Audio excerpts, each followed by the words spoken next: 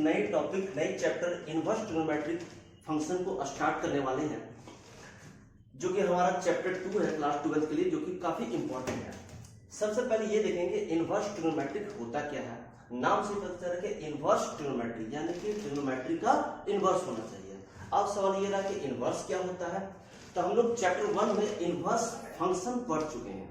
वैसे फंक्शन जो 1 और 2 है उसे हम लोग इनवर्स फंक्शन करते हैं या इन्वर्टिबल फंक्शन करते हैं। पहले ही समझ लेंगे इन्वर्टिबल फंक्शन, वैसा फंक्शन जो 1 भी हो और 1 2 भी हो, और function which is 1 and on 2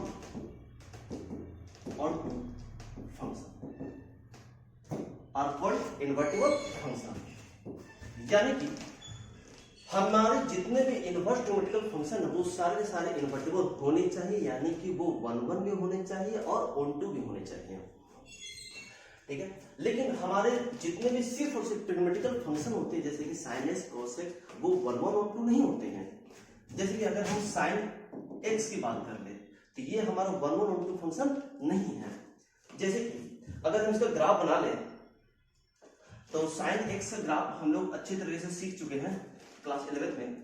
ये हुआ 0, ये हुआ 1, ये हुआ -1।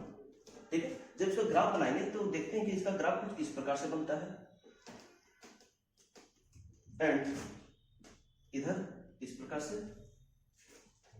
ये हुआ बीच में π/2, ये हुआ पाई, ये 3π/2, ये 2π। यहां पर ये हुआ -π/2, ये हुआ -π एंड ये -3π/2। इस साइन एक्स के ग्राफ में हम ये देखते हैं कि ये जो फंक्शन है हमारे पास एक्स का वैल्यू चेंज कर रहे हैं तो वाई का वैल्यू कहीं कहीं सेम दे रहा है। जैसे कि यदि हम एक्स का वैल्यू π/2 डालें तो हमारा वाई का वैल्यू क्या आ रहा है 1। फिर यदि हम एक्स का वैल्यू यहां पर लिख लो 5π/2 रखते हैं, 5π/2, तो फिर से हमारे पास y का वैल्यू दे रहा है 1। तो हम ये देख रहे हैं कि x का वैल्यू जब हम अलग अलग ले रहे हैं तो y का वैल्यू सेम दे रहा है, यानी कि 1 फंक्शन तो हो नहीं सकता है। एंड यहां भी देख लेते हैं, अगर हम 3-3π/2 डाल रहे हैं तो इसका भी आंसर 1 दे रहा है, यानी कि ये हमारा 1 फंक्शन नहीं है। लेकिन हमें तो पढ़ना है इनवर्स ट्रिग्नोमेट्रिकल फंक्शन, तो यानी कि इसको इनवर्स बनाने के लिए हमारे पास कंडीशन क्या है कि वो 1 होना चाहिए और 2 होना चाहिए, यानी कि हर x का वैल्यू y का एक अपना अलग अलग इमेज होना चाहिए, अलग अलग वैल्यू होना चाहिए। तो इसके लिए क्या किया गया है, इसके लिए ये उपाय लगाया गया है कि हमें सिर्फ -π/2 और +π/2 के बीच के ग्राफ को ही सिलेक्ट किया गया है। जैसे कि यहां से ये आया, तो यहां पर ये देख रहे हैं कि इसके बीच का अगर हम कुछ भी वैल्यू ले रहे हैं, x का कुछ भी वैल्यू ले रहे हैं तो y का एक सेपरेट अलग अलग वैल्यू आ रहा है ना। जैसे कि हम लोग इनवर्स ट्रिग्नोमेट्रिकल का ग्राफ हम लोग देखेंगे, आपको यहाँ पर आई बटन में दिख रहा होगा, आप उसे एक बार जरूर देखें तो आपको समझ में आ जाएगा कि हर एक इनवर्स ट्रिग्नोमेट्रिकल फंक्शन का ग्राफ किस प्रकार से होता है। तो उसमें हमने ये दिखाया है कि साइन इनवर्स का ग्राफ कुछ इस प्रकार से होता है। लेने का कारण क्या है वो देखेंगे। यहाँ पर लेने का कारण ये है कि इसके बीच -π/2 से लेकर π/2 के बीच का कोई भी हम x का वैल्यू लेंगे तो वहां पर हमें y का सिर्फ एक ही वैल्यू देगा एंड हर एक का अलग अलग इमेज आएगा और जितनी भी इमेज है उसके भी अलग अलग प्री इमेज होंगे, इसलिए ये 1 भी होगा। अब आप ये कर सकते हैं कि ठीक है आप यहाँ को सिलेक्ट किए हैं, इधर वाले को भी तो सिलेक्ट कर सकते हैं। हम वैसे वैल्यू को सिलेक्ट करते हैं भाई जहां पर हमें ओरिजिन मिल जाए, ओरिजिन से करीब वाला वैल्यू मिल जाए। ठीक है, तो यानी कि हम उस वैसे ही ट्रिग्नोमेट्रिकल फंक्शन का ग्राफ निकाल सकते हैं जिसका जो 1 और 2 भी हो। ठीक है, तो यानी कि इनवर्स हमें निकालने के लिए बस इतना ही ग्राफ का जरूरत है। तो उसका ग्राफ में भी हम देखेंगे, ग्राफ से आप लोग समझ सकते हैं। चलिए अब आते हैं हम लोग इनवर्स ट्रिग्नोमेट्री में, इसे डिलीट कर दे रहे हैं।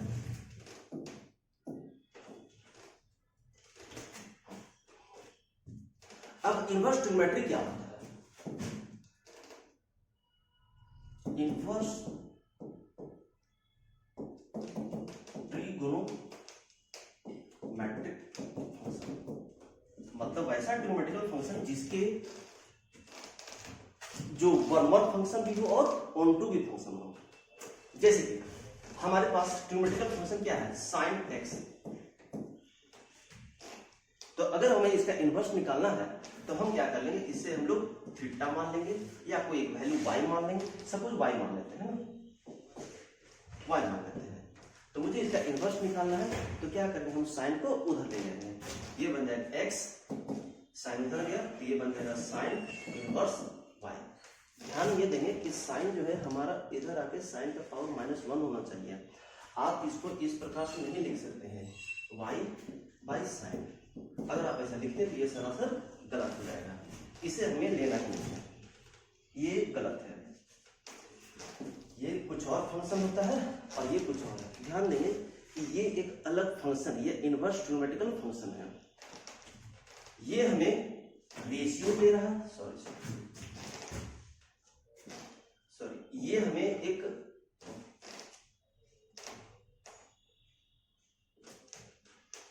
हमें एक एंगल देता है, एंगल, और जबकि ये हमें एक रेशियो देता है, रेशियो। ध्यान देंगे इनवर्स हमें एंगल बताता है और ट्रिग्नोमेट्रिकल फंक्शन हमें रेशियो देता है। जैसे कि हम साइन एक्स का ग्राफ या साइन 30 का वैल्यू कुछ ले लें तो इसका वैल्यू आता है 1/2। तो 1/2 क्या है, हमारा एक रेशियो है। लेकिन इसी साइन को जब हम उधर ले जाए तो ये बन जाएगा 30 डिग्री, तो साइन को उधर ले गए तो ये बन गया sign inverse 1/2। It means sign inverse 1/2 हमें क्या वैल्यू दे रहा है, एक एंगल दे रहा है। और साइन हमें ये क्या दिया है, साइन 30 डिग्री, ये हमें एक रेशियो दिया है। तो ये दोनों में फर्क है। साइन जितने भी ट्रिग्नोमेट्रिकल फंक्शन है वो रेशियो देंगे, एंड जितने भी इनवर्स ट्रिग्नोमेट्रिकल वैल्यू है वो सारे के सारे एंगल देंगे। ये हो जाते हैं एंगल। ठीक है, तो इस बात को ध्यान देंगे। अब हम इसको समझने के लिए हम थोड़ा और डिटेल से आगे बढ़ेंगे अगले टॉपिक में। इसे हम साइड में कर ले रहे हैं। जैसे कि कुछ एग्जाम्पल लेते हैं, साइन 30 का वैल्यू होता है 1/2, साइन 60 का वैल्यू हो जाता है √3/2, कॉस 45 का वैल्यू हो जाता है 1/√2, tan 60 का वैल्यू ये आ गया √3। तो अगर इन सारे का इनवर्स हम निकालना चाहें तो क्या करना, हमें बस इसको 30 डिग्री ये चला जाए उधर, साइन इनवर्स 1/2। अगर हमें इसका निकालना है यानी कि 60 डिग्री, ये बन गया साइन इनवर्स √3/2। एंड अगर हमें इसका निकालना है तो ये होगा 45 degree, can be written as cos inverse 1/√2। And tan 30 का निकालना चाहे तो ये बन गया 60 डिग्री, तो 60 degree can be written as tan inverse √2। ठीक है, और भी वैल्यू होते हैं, और भी हम लोग धीरे धीरे सीखेंगे कि किस तरह से हम लोग इनवर्स ट्रिग्नोमेट्री का प्रिंसिपल वैल्यू निकलता है। तो उसके लिए क्या करेंगे, आज का हमारा अगला टॉपिक रहेगा principal value of inverse trigonometrical function. लेकिन उससे पहले हमें कुछ इनवर्स ट्रिग्नोमेट्री के डोमेन और रेंज याद होने चाहिए। आप उसे फिर से बता रहे हैं, यहाँ पर आई बटन एक दिख रहा होगा, वहां से आप इनवर्स ट्रिग्नोमेट्रिकल ग्राफ और डोमेन और रेंज निकालना सीख सकते हैं। अब देखेंगे, आगे बढ़ते हैं। इसे हम डिलीट कर दे रहे हैं। हम डोमेन रेंज आपके लिए लिख दे रहे हैं। जैसे कि हमारे पास रहा पहले sine inverse x, cos inverse Y,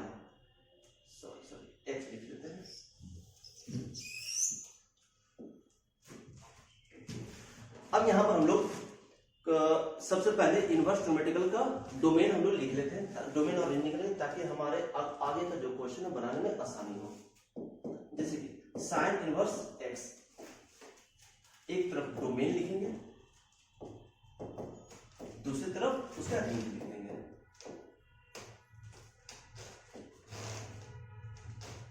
ये हो गया साइन का।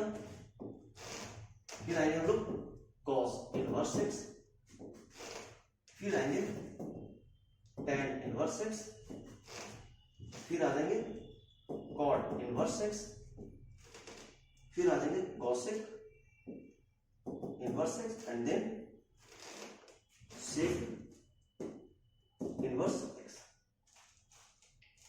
डोमेन, सबसे पहले डोमेन, साइन इनवर्स का डोमेन हमने ये देखा था कि x का वैल्यू मतलब डोमेन -1 से 1 आया, कॉस इनवर्स का भी -1 से 1 आया, tan इनवर्स का और रियल नंबर, हम x का वैल्यू कुछ भी ले सकते हैं, इसका भी आया और रियल नंबर।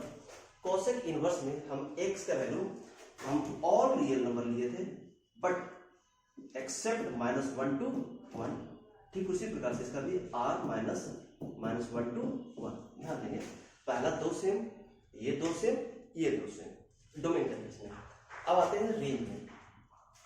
साइन एक्स का रेंज क्या होगा, दैट इज, इसे हम दूसरे कलर से लिख दे रहे हैं, -π/2 to π/2, इसमें 0 to π। इसमें हम क्या करते हैं हम लोग, -π/2 से लेकर π/2 लेंगे, लेकिन हमारा जो वैल्यू आता है वो इन दोनों को छोड़कर, यानी कि इन दोनों के बीच वाला ही आता है, तो स्मॉल ब्रैकेट लगेगा। एंड कॉट इनवर्स में भी हमारा सेम वही काम होगा, 0 से π बट स्मॉल ब्रैकेट। इसमें क्या होगा, हमारे पास ये आ जाएगा -π/2 से लेकर π/2 एक्सेप्ट 0 को छोड़कर, मतलब इन दोनों के बीच में क्या आता है 0, तो 0 को छोड़ देना है। फिर यहाँ पर 0 एंड π, इन दोनों के बीच में क्या आएगा π/2 को छोड़ देना है, जो बीच में आएगा उसे हटा देना है, मतलब वो हमारा नहीं लेना है। रेंज में हमारा ये सारा चीज को नहीं लेते, बस ये होगा। तो इस प्रकार से हम लोग डोमेन और रेंज इनवर्स ट्रिग्नोमेट्रिकल का याद कर सकते हैं, बड़ा आसान है। पहला साइन कॉस इनवर्स का दोनों का सेम होगा, इन दोनों का सेम होगा, इन दोनों का सेम होगा। इधर देख लेते हैं, ध्यान देंगे, एक बार -π/2 से π/2 और फिर दूसरे बार लेते हैं 0 से π, -π/2 से +π/2, 0 से π, -π/2 से लेकर π/2, उसके बीच वाला माइनस कर देंगे, यहाँ पर 0 से π लेंगे, उसके बीच वाला को माइनस कर देंगे। तो इस प्रकार से हम लोग डोमेन रेंज निकालना सीख गए हैं। आप इसे नोट कर सकते हैं। अब आगे बढ़ते हैं, हम लोग प्रिंसिपल वैल्यू निकालना सीखेंगे। इसे सारे को हटा दे रहे हैं। प्रिंसिपल वैल्यू कैसे निकालेंगे, जैसे कि हमें कहा जाएगा find the principal value of sine inverse 1/2, number 1, number 2 tan inverse √3, number 3 cos inverse √3/2, sec inverse √2। ये सारे नंबर पहला वैरायटी, ये टाइप 1 में आता है, ये सबसे आसान क्वेश्चन में आ जाता है, टाइप 1 में आ जाता है, सबसे आसान टाइप में है, मेथड में है। क्या करना है, हमें इस क्वेश्चन में जो भी दिया हुआ है, जैसे कि कलर चेंज कर दे रहे हैं, साइन इनवर्स 1/2, इसे क्या करना, हमें थीटा ले लेना है, थीटा, इस साइन इनवर्स को उधर ले लेंगे, तो ये 1/2 ये बन गया साइन थीटा। अच्छा, अब क्या देखेंगे कि 1/2 साइन में किसका वैल्यू होता है, तो ये तो होता है भाई साइन 30 का वैल्यू, उसे हम लोग रेडियन में लिख लेंगे, दैट इज π/6, ये हुआ थीटा। तो यहां से हमारे पास आ गया थीटा = π/6। अब ये देखेंगे कि साइन इनवर्स का रेंज जो भी होता होगा हमें याद होना चाहिए, दैट इज -π/2 से लेकर π/2। क्या इसके बीच में ये लाइक कर रहा है? अगर ये लाइक करे तो हमारा आंसर होगा, वरना हम उसमें कुछ और बदलाव कर सकते हैं। तो देख रहे हैं कि हाँ π/6 इसके बीच लाइक कर रहा है, तो हमारा ये आंसर हो जाएगा, यानी कि sine inverse 1/2 = π/6 is our principal value of the sine inverse 1/2। ठीक उसी प्रकार से आप लोग इसको भी ट्राई कर सकते हैं, tan inverse, cos inverse and sec inverse. आप इसे ट्राई करें, तब तक इसके अगले टाइप में बढ़ते हैं हम लोग। अगला टाइप है टाइप 2 में। यदि इन सारे में माइनस का साइन रहा, -1/2, इसे दो ग्रुप में बांटेंगे। एक साइन में रहा तो क्या करेंगे, और एक कॉस इनवर्स में रहा तो क्या करेंगे। यदि साइन इनवर्स में रहा तो इसके लिए तरीका क्या है, हम इसे थीटा मान लेंगे, साइन इनवर्स को उधर ले जाएंगे, तो ये आ गया 1/2, ये बन गया साइन थीटा। अब ये चेक करेंगे -1/2, ओनली 1/2 चेक करेंगे कि साइन में किसका वैल्यू होता है, दैट इज साइन 30, और 30 को लिखते हैं π/6, ये हो गया साइन थीटा। अब क्या करेंगे, इस माइनस को अंदर ले जाएंगे, ये बन गया साइन -π/6 = साइन थीटा। ऐसा क्यों किया, हम लोग ट्रिग्नोमेट्रिकल फंक्शन में पढ़ चुके हैं, साइन -θ = -sin थीटा, यानी कि अगर माइनस रहा तो हम उस माइनस को अंदर डाल सकते हैं, यदि माइनस अंदर रहा तो उसको बाहर कर सकते हैं। तो इस माइनस को अंदर ले गए हैं, तो अब ये चेक कर लेंगे, हमारा थीटा का वैल्यू आ गया, कंपेयर कर लेंगे, थीटा का वैल्यू आया -π/6। फिर से चेक करेंगे, साइन इनवर्स का जो रेंज हो रहा है दैट इज -π/2 से लेकर π/2, क्या इसके बीच में लाइक कर रहा है? हाँ, यानी कि ये क्या हो रहा है, -90 एंड ये 90, इसके बीच में तो लाइक कर रहा है, -30, ये वो -30 तो -30 इन दोनों के बीच में लाइक कर रहा है, तो यानी कि ये प्रिंसिपल वैल्यू हो सकता है, यही आंसर होगा, दैट इज साइन इनवर्स -1/2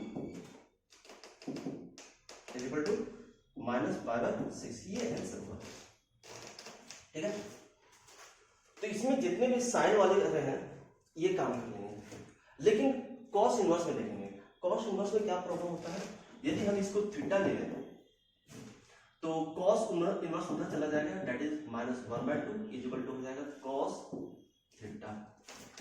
अब ये देखेंगे कि 1/2 कॉस में किसका वैल्यू होता है, दैट इज cos π/3, cos 60 का वैल्यू होता है, cos 60 का वैल्यू होगा।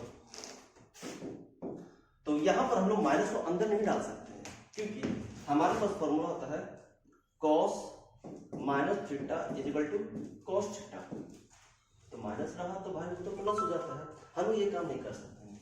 लेकिन अगर -cos थीटा रहा तो इसे लिख सकते हैं हम लोग cos π-θ, ये लिख सकते हैं, क्योंकि सेकंड क्वाड्रेंट में cos हमारा नेगेटिव होता है, तो यानी कि इसके बदले ये लिख सकते हैं, लिख देंगे cos π-π/3, that is cos theta.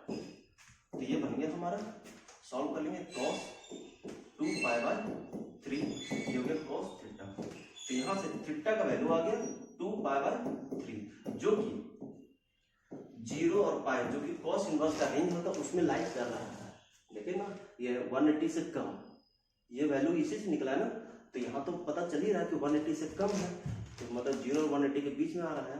तो उस प्रकार से इस प्रकार से cos 1/2 का वैल्यू आ गया 2π/, ठीक है। इनवर्स ट्रिग्नोमेट्री को हम दो ग्रुप में बांट देते हैं। ग्रुप ए, थोड़ा याद करने के लिए ट्रिक है, इसमें हमारे पास आ जाएगा sine inverse x, tan inverse x and cosec inverse x, ठीक है। ये सारे के सारे जिसमें माइनस रहा वो इस प्रोसेस से बना लेंगे। एंड टाइप बी में आ जाएगा, जैसे कि एक तो हो गया cos इनवर्स एक्स, दूसरा हो गया cot inverse x and last sec inverse x. इन दो तरीकों, इन दो ग्रुप से हम बड़ा आसानी से निकाल सकते हैं। आई होप आपको ये समझ में आया होगा। इसके आगे के वीडियो आप अगले क्लास में हम लोग देखेंगे।